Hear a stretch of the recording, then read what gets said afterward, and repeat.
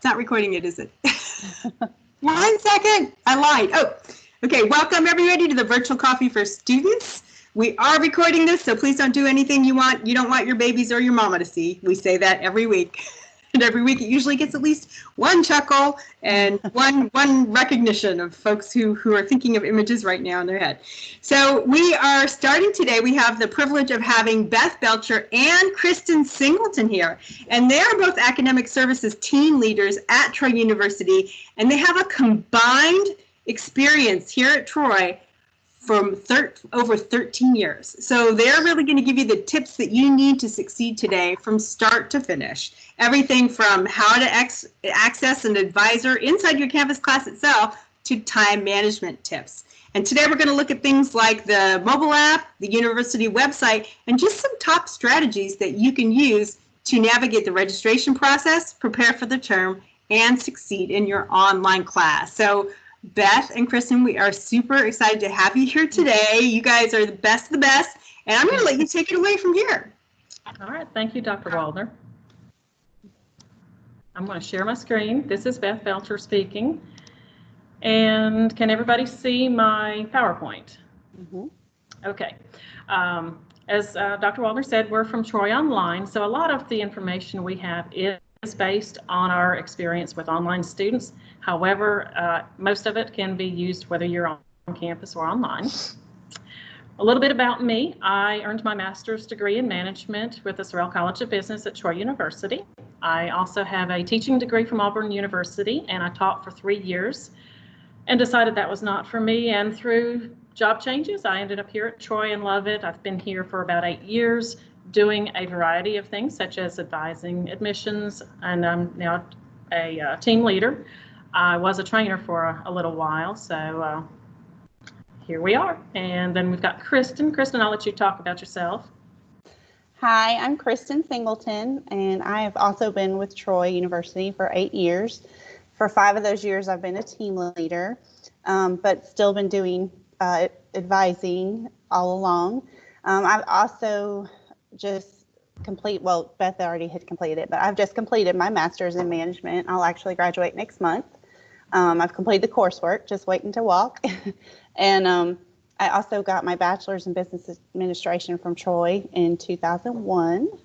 And I'm not originally from Alabama, but I've lived here for the past 22, going on 23 years. So I'm enjoying working here at Troy, plan to be here until I retire. All right, just a little bit about the Academic Services Associates. We are a service unit. We represent students in every which way. We try to get students enrolled. We try to retain students and keep them here at Troy University. So our focus is on what's best for the students. And so a lot of what you'll see is things that we have collected over time while trying to get the students ready. Kristen, I'm gonna let you take the next couple. Okay. So a lot of people are wondering, what is the purpose of an Academic Services Associate, or as we call them, ASAs for short. We help students who are enrolled in online courses by answering questions within an Ask the Associate forum. We can help the instructor with certain functions that they may not deal with on a regular basis, but our role is just to help a student from start to finish in any capacity that we can. If we don't know the answer, we'll certainly try to get them to the right person. We're available to students in a number of ways. As I mentioned, we have an Ask the Associate forum in each online course where students can ask us questions. We are able to answer questions related to student service type functions. Anything that's course specific would go to the instructor. But if we are more than willing to reach out to the instructor for you if you're not sure who your question should go to. We also post announcements related to registration and when the deadline is coming up to file a graduation application. We also help students with various forms, university policies and procedures, and basic Canvas navigation. In our Ask the Associate forum, again, this is to serve our students who are taking online courses. and that's whatever campus they may belong to. But again, those are questions related to student service type questions as far as, when does registration start? When do I need to file my graduation application? When do classes start? Can you help me with the actual registration process, or tell me how many classes I have left? Those are all things that we can assist with. And then we can also assist with basic course navigation, because many students are new to Canvas and not familiar with the platform, and we're more than happy to help you navigate it.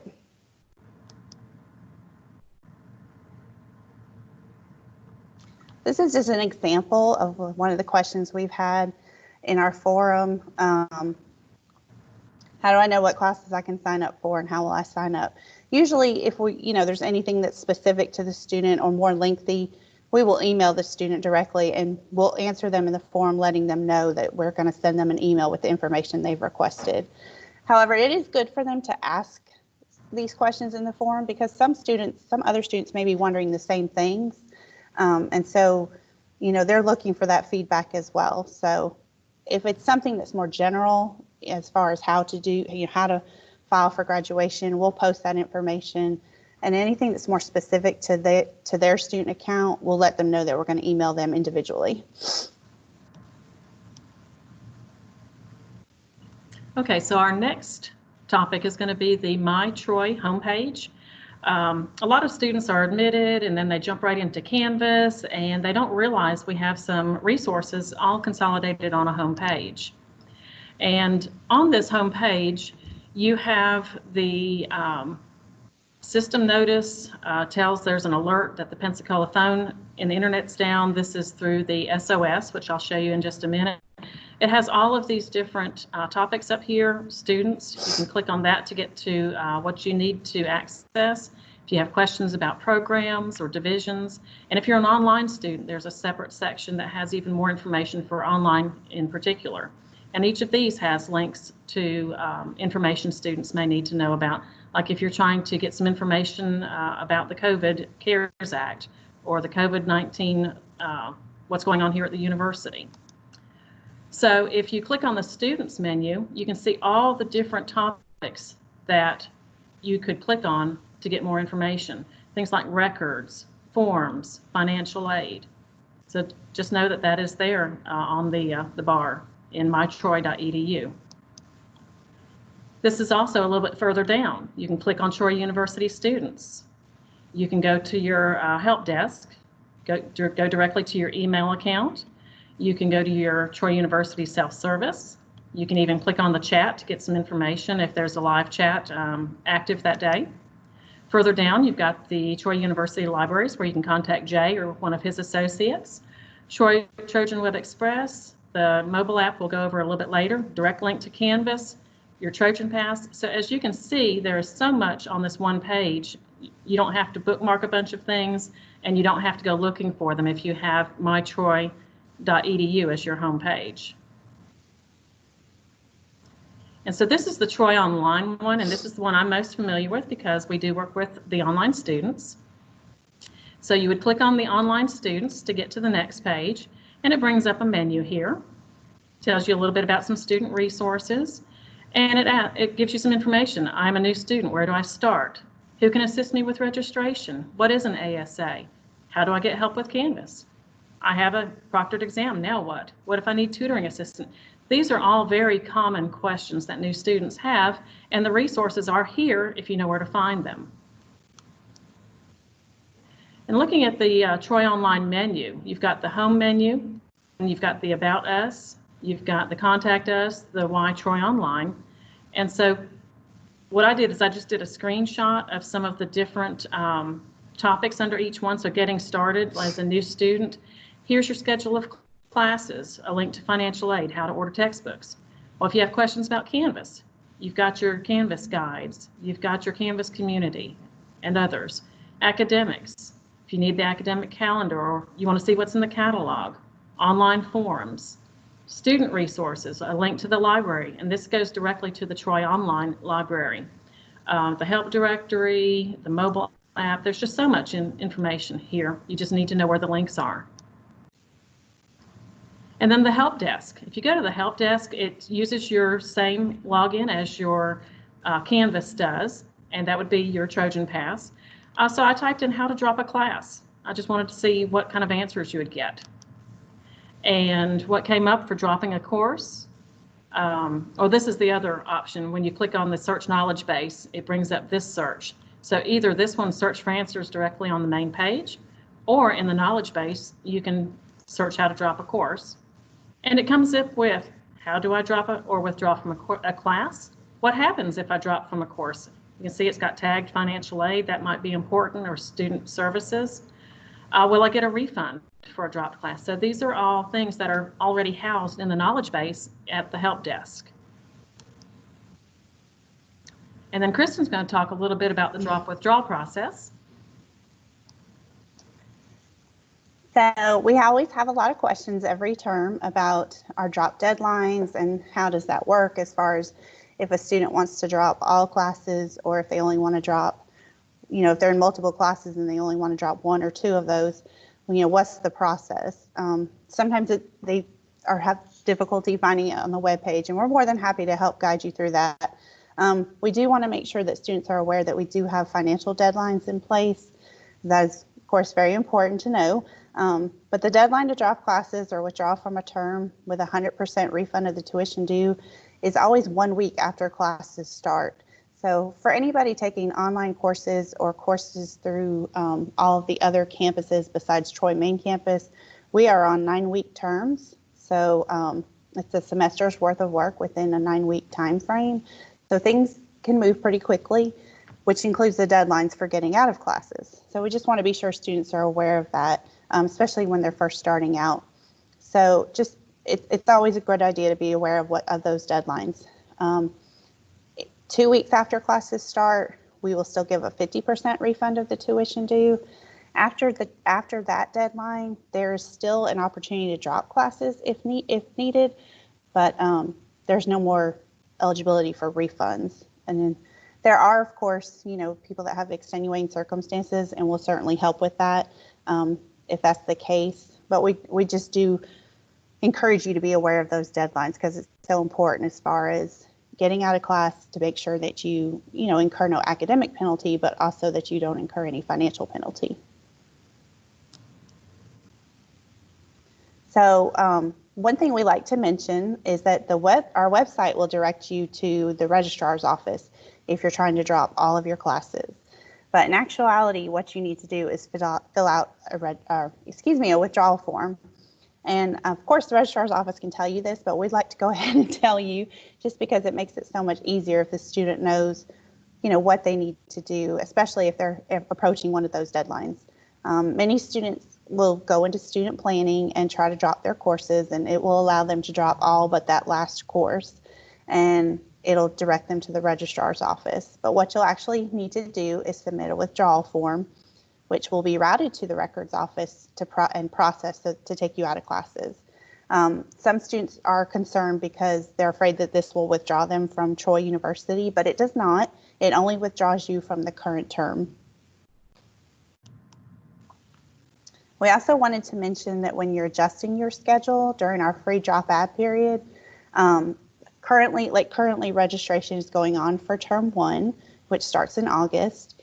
And it will go up through that first week of classes, and that will be the end of the free drop ad period. And some students realize they want to rearrange their schedule, so they will try to drop the class that they don't want first and add a new class. But if it's only one class, then it will tell you to direct you to the registrar's office, which would need a withdrawal form.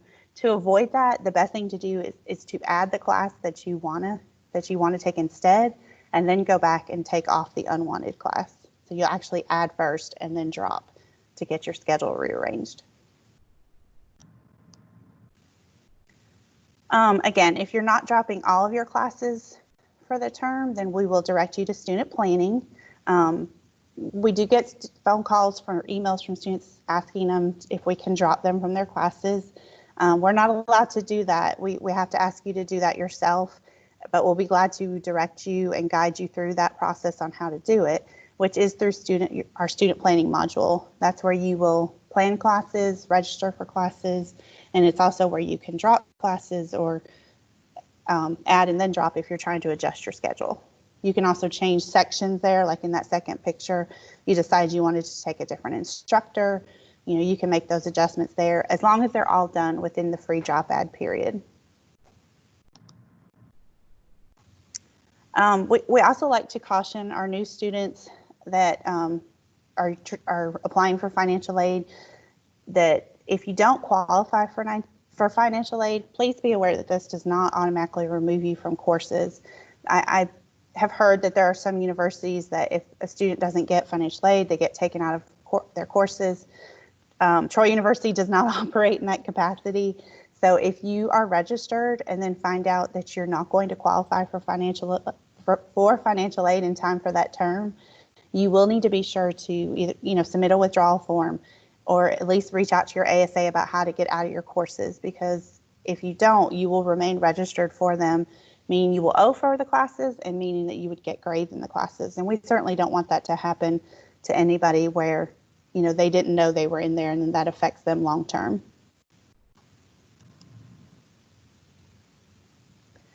So as we mentioned these deadlines, we wanted to bring everyone's attention to the Troy Online Academic Calendar. There are academic calendars out there for all campuses, and they contain some very important dates, including these deadlines that we talked about, but they'll also tell you when classes start, when you can use, the time frame you can use a book voucher if you have financial aid for that, tell you the deadlines for completing a proctor form if you're a graduate student and you have to take a comprehensive exam. It can tell you the graduation deadline for when you would need to file by if you're planning to graduate a particular term. So we just want to point you in the direction of our calendar because it's got some really good information as far as important dates for our students to make note of. When we talk about registration and ordering textbooks, we do want to encourage students to register as early as possible. We have noticed a trend in the last several terms that our online courses are filling up even faster than before, which is wonderful and great for us, but it can sometimes put our students in a bind if they don't register early and don't get the class that they would have liked to take that term. So we encourage you to register as early as possible and to order your books as soon as possible to ensure that you have the materials that you need in time for when classes start. I can tell you from a personal note, when I was in the management program, that those courses fill up very quickly, very, very quickly, like sometimes the first day of registration. And so I would get up sometimes right at midnight and register, or at least 5 or 6 in the morning when I get up to start getting ready for work. And I'd go ahead and register just to make sure that I got the section and the course that I needed for that term, because it's one of the most popular programs, so the courses fill up really quickly. We do want to make sure you're aware, as I've mentioned, about the there is a deadline for financial aid recipients to use the bookstore to charge their books. That's 1 week into classes, so please be aware of that. Some students are trying to get all of that situated, and we certainly understand, but we do encourage everyone to plan accordingly and plan ahead and do things as early as they can as far as getting registered and ordering their textbooks. And then students who are not using financial aid, they're not limited to the Troy Barnes & Noble bookstore. You can certainly go rent or buy used textbooks wherever you can. You just want to ensure that if there's an access code required, that you get that needed code. You don't want to go out to Amazon and order a book and it not have the access code that you need. And there's also rental options. I did that as well with my studies as far as renting from like Chegg or Amazon, which helps save some money. You can also always ask your instructor of the course about textbook options. There are sometimes some ebooks, and there are sometimes free access for a couple weeks if you're waiting to order your book. So there's definitely other options out there. And Wendy has a question. Yeah, so I've noticed that in my classes, a lot of people have had issues with ordering books, and it seems like they wait until after the class starts. I have been using the option that within the Troy website, logged into my account, it says buy books. Mm-hmm. Because I figure, hey, they've got to know. And if I buy this book and if it ends up being the wrong book for class, they would correct that for me. And it's so far, I'm on my second class and it seems to work. But this last class I had, the only option was to buy a book, and it just said if you were buying a hard copy of the book. And then when I get it, I find out there's an access code with it and etc. And I prefer in the future to be able to just buy the online version with the access code. So is it then, I guess, but I also want to start as soon as possible on my classwork. So the Friday when the Canvas class opens up, the Friday before the start of class, I'd like to be able to start doing my work then. So whenever those classes open up on Canvas, do they immediately address the book situation? And is it pretty easy to get it online after that, when that module opens up, and to do it electronically versus ordering the books from the bookstore?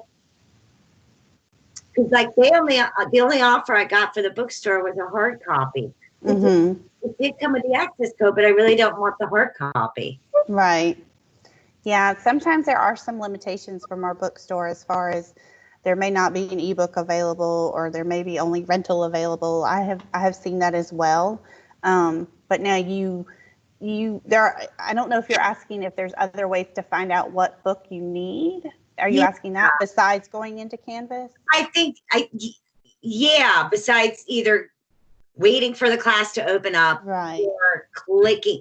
You would not have known by clicking buy books within my account, because I bought it like 2.5 weeks before class started, 3 weeks before class started, using that link.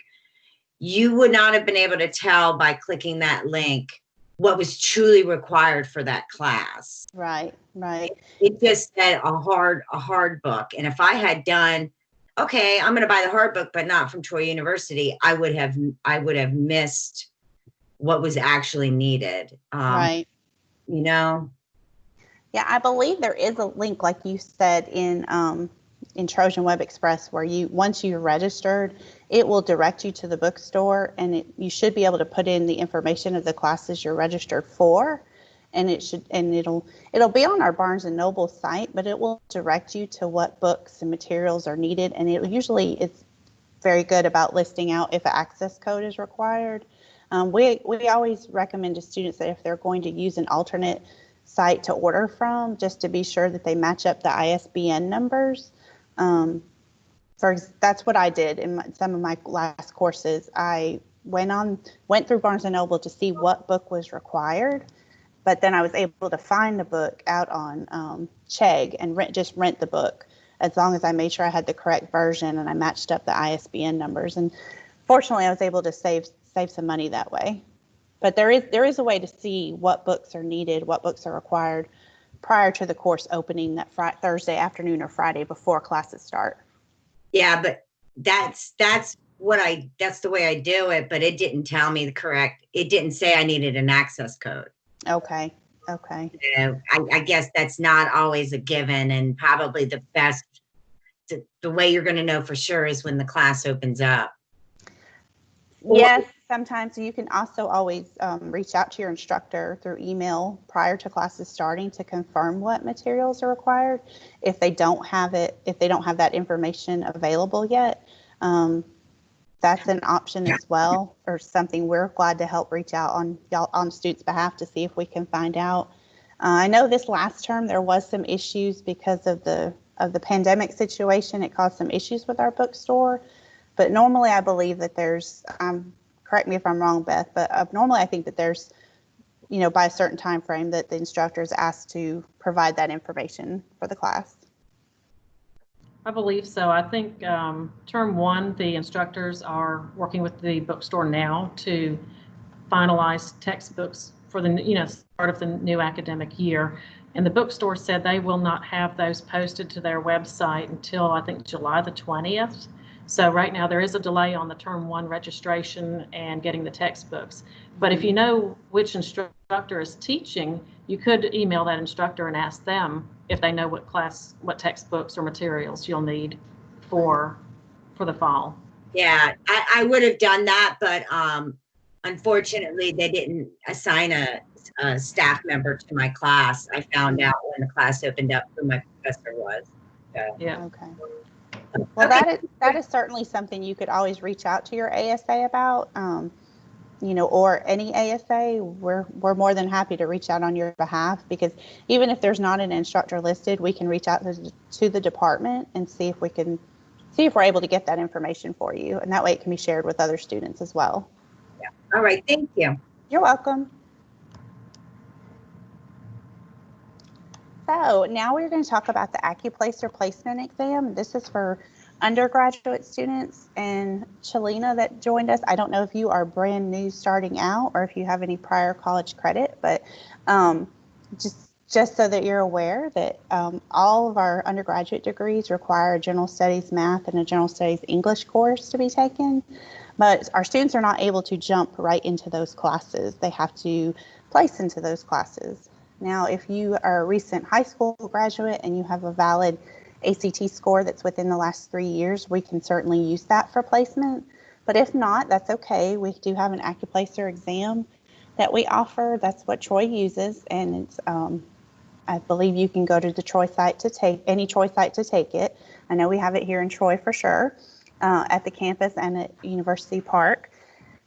But what that is basically it's a test that lasts no more than 2 hours. It gauges your knowledge of each subject matter to place you in the correct prerequisite class if it's required.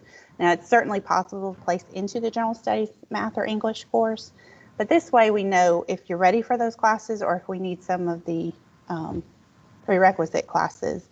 That's just to help you review, and it's also to ensure that you're successful in your general studies math and English. We don't want anybody to jump into a course that they're not quite ready for and then not do well. So that is required, and we just encourage our students to be aware of that and to get their placement completed as quickly as possible.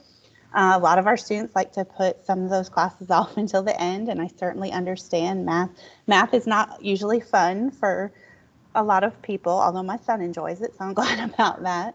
But there's a lot of classes that are up into several of the majors that math will be required for. So you don't want to put those things off. You want to know your placement, and that way you know how many classes you're looking at having to take and get those completed. The ACCUPLACER, we have a web page for the ACCUPLACER. It offers prep materials. It offers a free practice app. There's free practice sample test questions. So that's a good way to review that, to be able to prepare for the test. And again, you can find more information about that on our website and through our Troy Online Testing Center.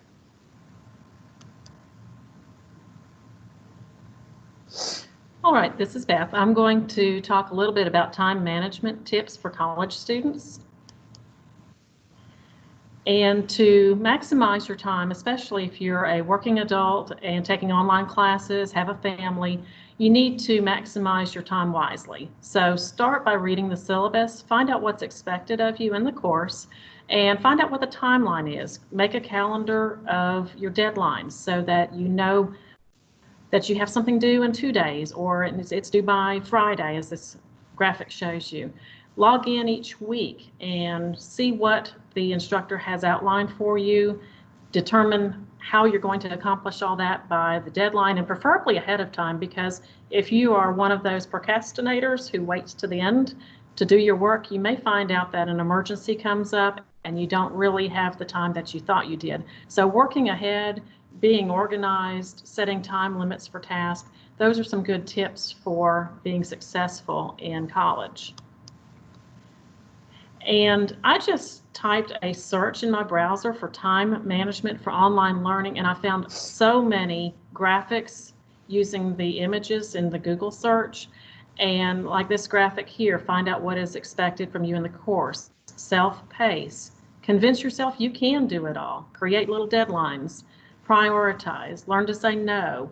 Sometimes you do have to say no. You can't do things with your family or friends because you do have the commitment of college to get it done. So sometimes just do a time management search and see what you come up with. Our next section is about financial aid. It's very brief and simple overview.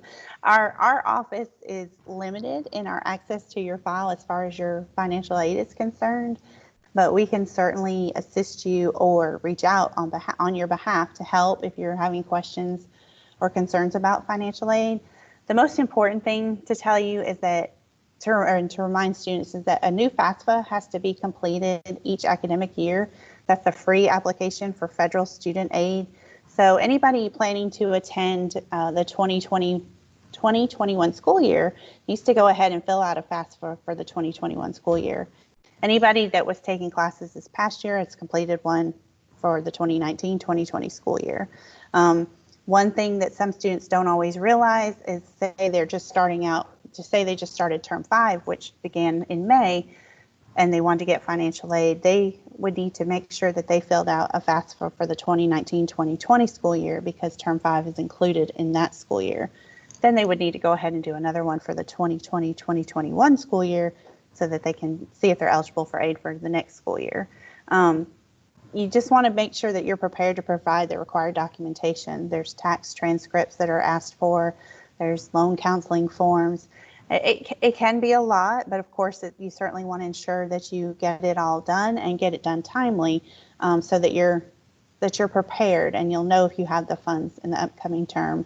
We have had students that have been registered, ready to go, and the financial aid didn't come through, so they, were in a bit of a panic, wanting to make sure that they got out of courses so they don't owe for them.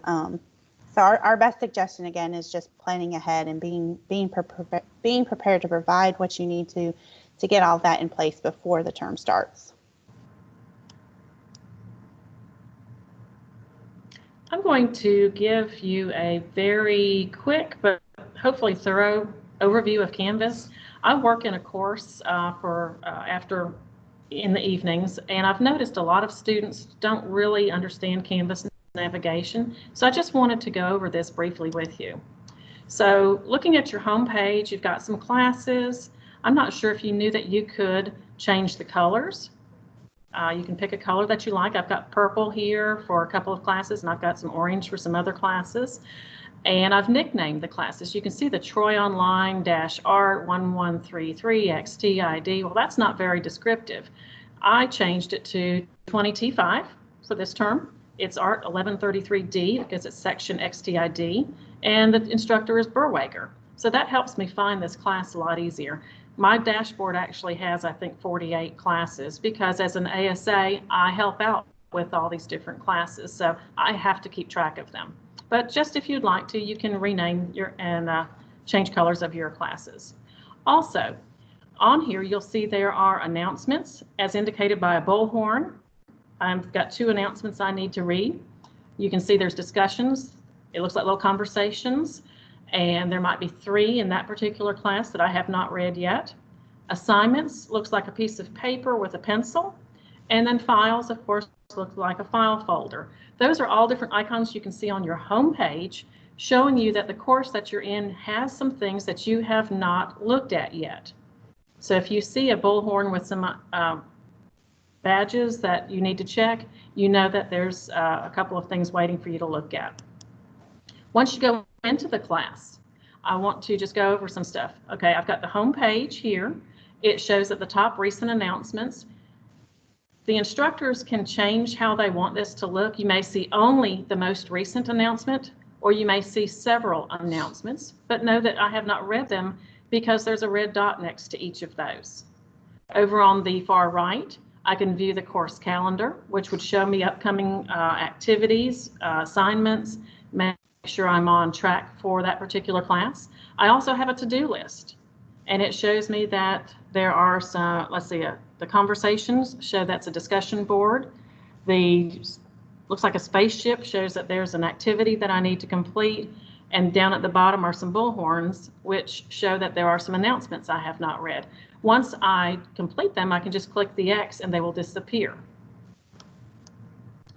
Going on to announcements, I've noticed a lot of students ask us in the Ask the Associate forum the same question that the instructor has already answered in their announcements. And all we do is go back and read the announcements and then tell the student what was in the announcement and say, hey, please go back and read your announcements.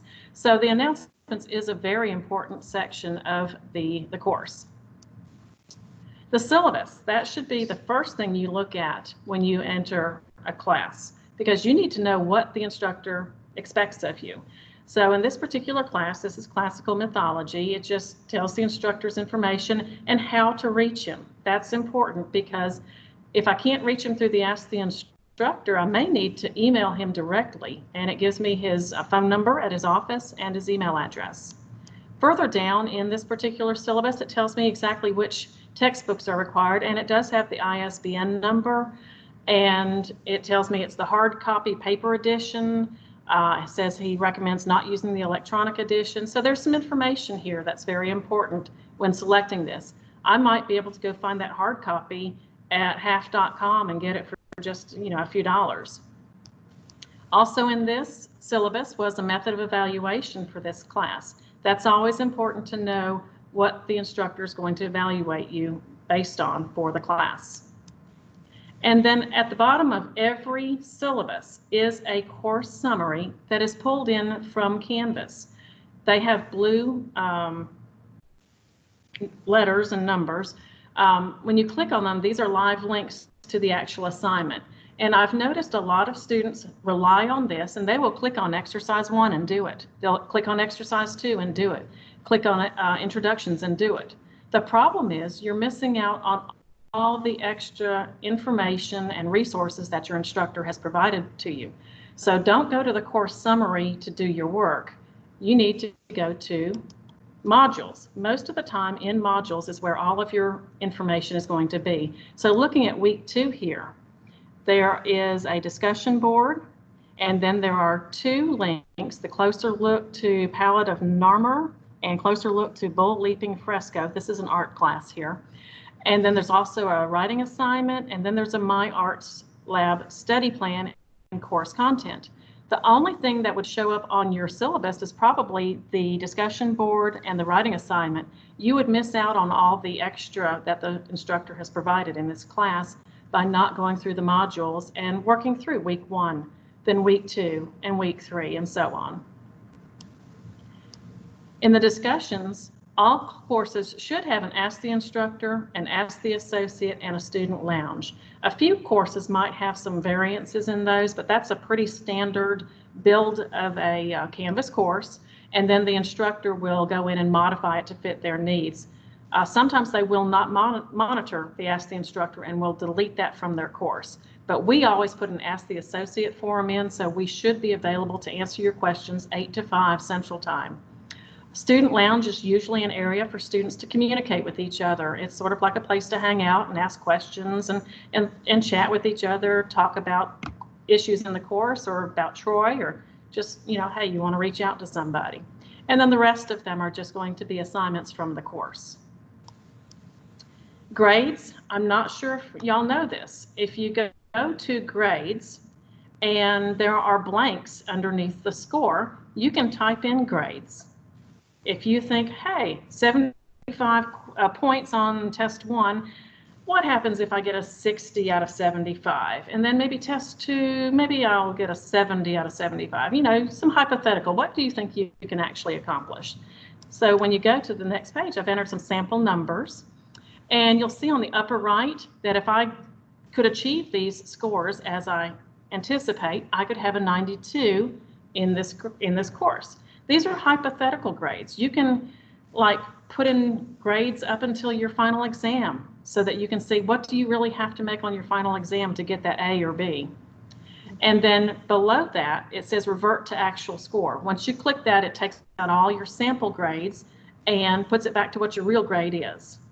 And down there at the bottom right, it says you can view your grades based on what if scores so that you know how grades will be affected by upcoming or resubmitted assignments. You can test scores for an assignment that already includes a score or an assignment that has yet to be graded. So some instructors will let you redo an assignment. Some will say, okay, pick your worst assignment that you had all term long and you can redo it for a better grade. So just depending on what your instructor's policies are, but this what if is wonderful to work with closer to exam time. When you click on people, it shows you all the people in the class. It shows the ASA, which is me. It shows a bunch of students. It shows any instructors in the class. You can click on the name. So like if I clicked on Elizabeth Belcher, which is me, it would take you to my email. You could then email me in Canvas with any questions you have if you didn't feel comfortable posting those in the Ask the Associate forum. Or you could email your teacher or another student.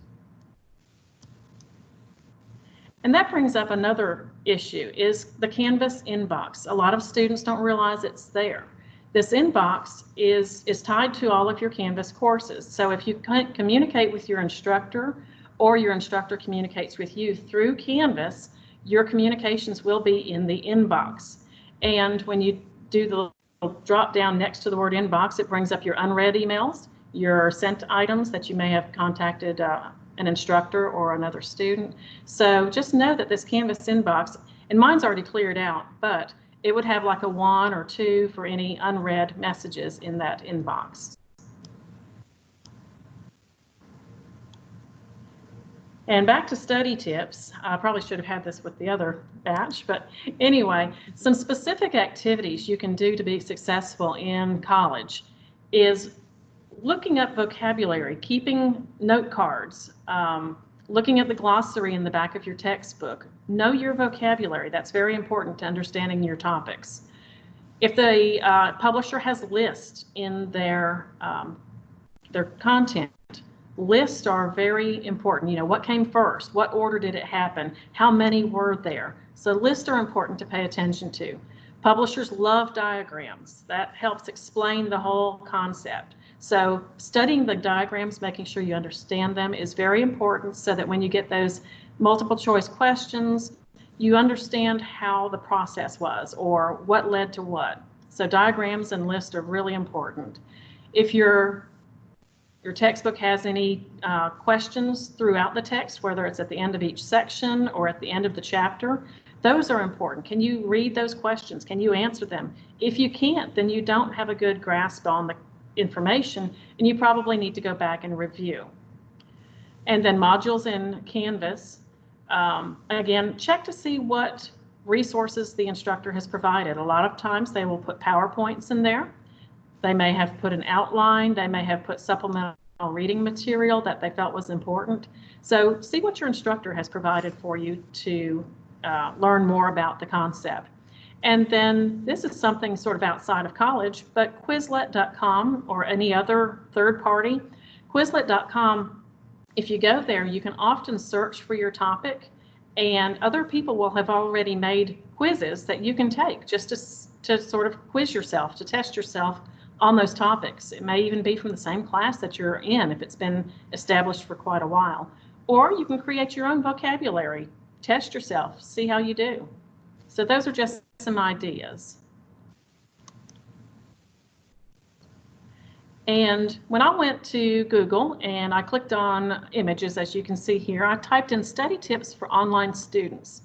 Look at all these websites and graphics for study tips for online students. I just put this in here just to show you how many resources are out there if you just ask Google or any other browser. Those that information is out there, and what works for one person may not be what works for the next person. So you've got to find what works for you. But these are all tried and tested by other students. And then this section is just of interest, not necessarily to be successful, but to get you involved, especially if you are an off-campus student. We have the Tripolitan online, and I believe it's on Facebook, and it is just the student newspaper. And so I've just clipped a few things here. You've got several articles on news. There's a section on sports here at Troy University.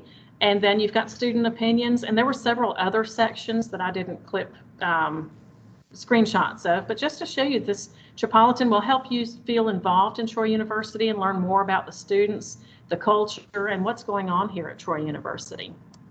Related is a webpage called Troy Today. The first one is more by students. This one is more university official news, like the Troy freezes tuition for a second straight year. Phoenix City triplets heading to Troy this fall. The Learning Center tutors succeed while helping others. There's so much here in the Troy Today that is also of use. And you can see the black banner at the top that shows home, news, perspectives, faculty and staff, students, alumni, and more. So there's a lot of information here that would, again, help you feel connected to Troy, learn a little bit about what's going on at Troy. The SOS system is not super useful, but if you are on campus, you really need to subscribe to it because it will send out text and phone alerts for bad weather or if there is a emergency situation on campus. If you're off campus, it's not quite as useful unless you just want to check the information services here on the lower right. It shows here that Office 365 might have been having some issues. Sometimes the I'm trying to think, the Trojan Web Express and Colleague and Canvas, some of those are all tied together, and you might see multiple ones get lit up in red or yellow as they're not working quite right.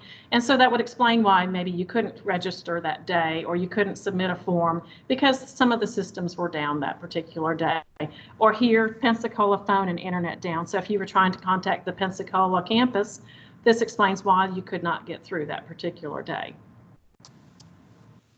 And then the phone app, the mobile app, there's lots of different features. It's available for Apple phones or for Android phones. It has a lot of features, and I've done some, just copied the screenshots from the Helpdesk. But this is what it looks like, and you can see all the different icons. You can find out about things that are actually on campus, in particular like housing, parking, the dining hall menu for the day, things like that. You can find people in the directory. You can access Canvas. You can use the directory. It's got a Trojan Pass, admissions, housing. I've already said that. But anyway, there's a lot here. And the very last screenshot shows a feed from, it looks like the sports department of football and I guess it's the football schedule. So it's just an interesting app and fun to explore to see what all it has for you. So we've gone over our 30 minutes. Does anybody have questions? It was well worth it though. Wow, you covered some amazing ground. So folks, to ask questions, you could either type them in the chat box, as some of you have been doing, or you can unmute. And you can also share, if you don't have a question, one thing you learned today that you didn't know, because I've been keeping track, and I think I have like 20 on my list now, so thank you guys. Well, we've provided a handout that has all the links to everything we've talked about and probably a few extras thrown in. And I believe there's a copy of the PowerPoint presentation, so you can go back and look through it again. And of course, it's been recorded by Dr. Waldner. Both of those things are in the chat box, so just scroll up and you'll be able to see both the PowerPoint and the one-page amazing looking PDF that Beth developed. She has some secret ninja level design skills. I want to be Beth when I grow up and get those. She really does. Totally, doesn't she? All right, so Jay contributed that he didn't know about the grade function. What else did y'all learn today, or what other questions do you have? And hello, Erica, good to see you.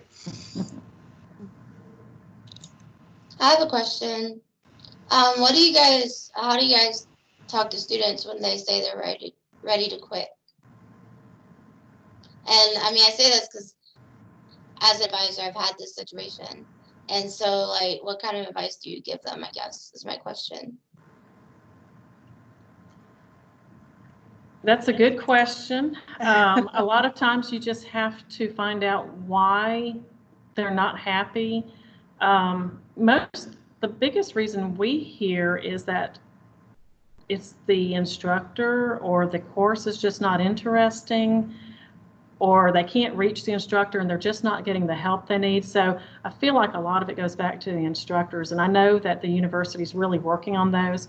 But we also have the Student Success Center. I think you know Eden. she works with a lot of our at-risk students that are more likely to have trouble and need the I guess what you'd call the hand-holding and just the constant touch, because unfortunately our ASAs do have approximately 400 to 800 students assigned to them each. So we cannot call every single person every week, every 2 weeks. We would love to. We'd love to actually get to know our students and be with them through their journey as they are admitted to Troy and help them with their success as they graduate. But it's not possible on a daily basis to each individual. But we love the ones who reach out to us. But as far as the question about how do we help them, we would try to find out what the problem is and help them find the resources to overcome the hurdle, if it is truly a hurdle that we have any ability to help with. Kristen, chime in with your thoughts on that question. I would completely agree. If it's anything that we can do to help, we certainly want to do so. And we have had situations where students just were either had a misunderstanding or weren't aware of some of the resources that we had and decided to stick it out. And of course, everybody has different situations, personal, financial, that sort of thing. But we want to help any way we can. If they're frustrated because they can't get a hold of somebody, whether it be the instructor or someone in financial aid or, just different situations, we're more than happy to assist. Our goal is to serve as a liaison between the student and who they need to get to. And we certainly do our best to try to point them in that direction, but not just say, hey, call that person. We like to say, let us call them for you and let us ask them to reach out to you so that they, because some people have been passed around and we understand that happens and that can be frustrating. And we don't want to pass you off. We want to help you get the answer you need. We may not know the answer, but we want to try to help find the answer for you, because the last thing we want is someone to leave because they're frustrated, or if it's something that we can control. We'll certainly offer them whatever resources we can to help. Thank you. Mm-hmm. And as a faculty advisor, I've seen the ASAs consistently come in and save the day, helping students, giving them that bit of information or encouragement they need. So I think they're kind of heroes as far as I'm concerned. I have a question for you, Kristen and Beth. So you have a couple of new students here today. Chanilla and Wendy's just on her second class. So do you have anything specifically you want to say just for a new student that's just starting on this journey? I would say that, what we presented today, I know, is a lot of information, and sometimes that can be overwhelming for our new students because they're just like, where do I even start? Don't be afraid to reach out to us personally. As Beth mentioned, we have student success coaches that can reach out to you and walk you through our systems, help you get started. And, we have that in addition to your academic services associate that can help you with different things, kind of point you in the right direction. So it can be hard. I mean, I was an online student for my graduate degree, and, I was familiar because of what I do for my job, but, I actually never heard from my faculty advisor, but luckily I knew what I was doing. And when I had questions, I did reach out to my fellow ASAs, and they had the information that I needed, because I was actually, my degree's in management, which falls in the College of Business, and I work with College of Arts and Sciences. So, they're just having that resource. We have accumulated a lot of knowledge about some of the way things work, and we're certainly here to help. So just don't become discouraged and don't feel overwhelmed. You just kind of got to take it one step at a time, one day at a time. And that's the way I approached my master's degree. I said, well, I'm going to take one class and see how it goes. Okay, I'll take another class. And, I'm done now. So, and I'm so glad that I did it, because it was hard, but it wasn't near as hard as I thought it would be. And so glad to have done it, and you will be too. And there is no stupid question. Please ask. You have an ASA in all of your classes. Ask them questions. If you don't feel comfortable asking in the forum where everybody can read it, click on their name. It'll take them to a private email. Ask them that way. You can look us up in the directory and ask us through Outlook if you'd rather do that. You have an ASA assigned to you. If you're an online student, you have an ASA assigned to you based on your program and your alpha. You've got them also. So we're here. Consider us a one resource. Ask us the question. We will find it for you. We'll find you the answer, find you the right person. So you don't have to rack your brains or search the Troy website trying to figure out who in the world could possibly answer it. We will do that hard work for you and then get back with you. The harder the question is, the more we learn. Right. Well put. I think we have time for one or two more questions. Erica, I see you have one. Yes, I do. Actually, I don't have a question. I just have a comment. And as an online student, I'm in my one of my last classes. Congratulations. Yeah. But what I was going to suggest is that it would be great if you guys as the ASAs maybe kind of nudged students to include their updated personal information in the Canvas profiles. And the reason I say that is because oftentimes, because we're online students, we're working in the middle of the night, but most of us all over the country are up in the middle of the night. I see Jay's on, right? And it would be nice at times. I'm very lucky because I'm part of the Atlanta cohort. So we have like a camaraderie for those folks who started together. We started together in person. And so we developed relationships during those first 3 classes that have carried, we've carried on those relationships the last 2 or 3 years. And we take classes and we consult with one another, like who took ethics, who took this, who took theories, and we stay in touch. When I've worked in group projects, one of the things that's been beneficial, especially to folks who live outside of the United States, is just their ability to reach out and to touch someone. And so I don't think I can ever, I can never, how do I say this?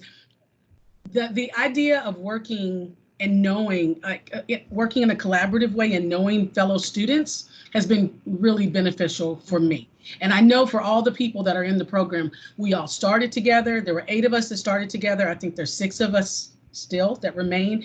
5 of us are in the Honor Society. I mean, we really have kind of played off of one another. We talk on a regular basis. We try to, again, stay in touch with one another. I have made friends with people around the country at this point, literally just consulting on what'd you think about such and such, and what, how'd you do on that discussion board post or whatever, and just being able to reach out and touch. So it's almost as good as being in a class like undergrads and being able to make friends with your fellow classmates. And so, but what I also recognize is that most people don't have their updated information in Canvas. I don't think I have it either. So but I have frequently wanted to talk to someone, and I'll go to try to find out, how do I reach this person?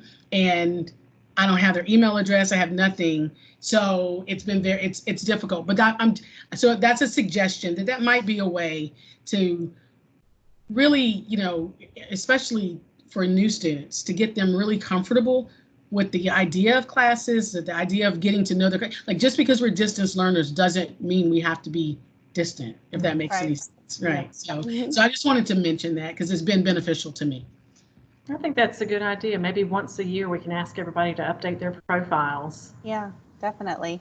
Because I think a lot of students at first are hesitant about, working with some of their classmates because they don't see them in person, they don't know them, and it's a little intimidating. But you do have to reach out and take that first step, and because it's something, especially in graduate school, that you will encounter quite a bit as far as group work and collaborating. Right, absolutely. And on a professional level, let me not underestimate, because most of the people that I've reached out to or have reached out to me because of something they think I can help them with their businesses and so it's been very interesting. But like you said, these are all graduate students all over the country. So just being able to reach out and literally touch the next student and ask a question, because we all are having issues at the same time.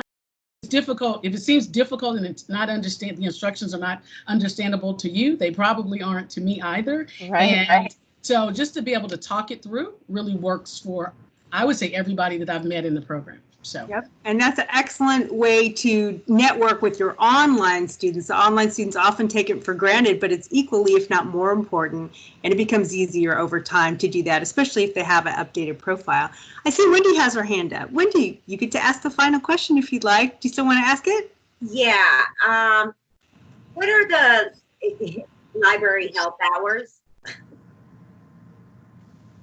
So if you need assistance with the library, what time of day, what days a week can we get assistance? Hi, would you like me to answer that? Yes, please. Right now for term 5, the physical library is open 8 to 5 Monday through Friday, which means live chat is available then, and the library help email is available then. When library chat is offline, meaning at night and on the weekend, there's a link to a form you can fill out. There's also a text number that's there, and that's checked at night. It's checked on weekends. And I'm Jay Brandis. I'm the librarian for Troy Online. I've worked for Troy for 28 years, and I'm quarantined. So as Erica will attest, yeah, I've emailed her at 3 a.m. just to see if she's up, because she was like, sometimes I need help at 3 a.m. So I'm like, Erica, are you there? I see you're on Teams. Are you there? Yeah, you can email me 24/7. And, people like to say, oh, if we don't get back to you in, 24 hours, try again, whatever. Yeah, it's more like 12 hours with me. I mean, if I'm on vacation, I'm going to have an auto reply on my email. Otherwise, you are going to get a reply to me. If I'm working, it's probably going to be within about 30 seconds. I'm going to say, hey, I got your email. I'll get back to you. If something has gone wrong, if I'm working, and when the computer goes ping, I'm like, hi, who is it? Hi, I'm coming. So the short answer is 8 to 5 Monday through Friday right now. The broader answer is you put something in there, chat or text, someone will get back to it. You, Jay Brandis, you can email me and I will personally help you. I guarantee it. Excellent. And yeah, just like our ASAs, our librarians are incredibly responsive. One of the things I feel blessed about working at Troy for 18 years, I've lost count, is that we have an amazing team, and the culture of caring, you can see it right here, right? You can see it in Kristen and Beth and Jay and everybody else. So I want to take a minute on behalf of everybody that came today and really thank Beth and Kristen, not just for coming today for their hard work on this presentation, but for everything you do every day. So Beth and Kristen, thank you very much. So if anyone wants to unmute, you're welcome to. We are going to stop the recording. However, because this is a virtual coffee for student, we stay as long as you have questions. Dr. Velarde and I hang out and see if anybody needs any additional help on anything. We started this series when COVID-19 hit, so we've been going every week for a few months now, and we have some of you that come every week, and we stay here to make sure you have everything you need, because we want to make sure y'all are set. So even though we stopped the recording, feel free to stick around if you'd like. And thank you all, students and colleagues, for coming today. Much appreciated. Thanks, ladies. Thank you for coming. Thank you for coming. We appreciate it. No problem. We've got another project I got to hang up. Bye. Hey, Dr. Velarde.